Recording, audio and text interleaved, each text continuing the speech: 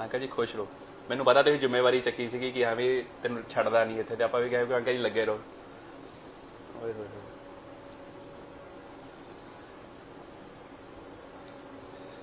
Uncle ਜੀ ਖੁਸ਼ ਰਹੋ, ਤੁਹਾਡਾ ਵੀਜ਼ਾ ਆਇਆ ਅੱਜ ਤੁਹਾਡੇ ਪੋਤੇ ਦਾ। ਮੁਬਾਰਕਾਂ ਅੰਕਲ ਜੀ, ਬਹੁਤ ਬਹੁਤ ਖੁਸ਼ ਰਹੋ ਅੰਕਲ ਜੀ।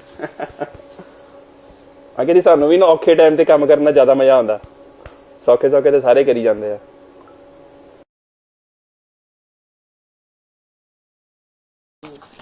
ਹੁਣ ਤੁਹਾਡਾ ਕੰਮ ਵੱਧ ਗਿਆ ਇਹਨਾਂ ਦੀ ਸੇਵਾ ਕਰਨ ਦਾ ਉੱਥੇ ਜਾ ਕੇ।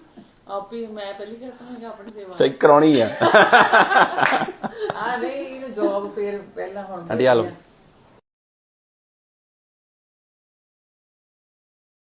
ਕਿਆ ਬਾਤ ਹੈ।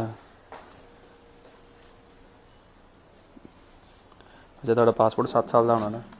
7 ਸਾਲ ਦਾ ਵੀਜ਼ਾ ਲੱਗਾ ਜੀ ਤੁਹਾਡਾ। ਅੱਛਾ ਜੀ। ਹਾਂ ਬੇਟਾ ਫੋਟੋ ਖਿੱਚ, ਆਜੋ ਆਜੋ ਆਜੋ ਭੈਣ ਜੀ।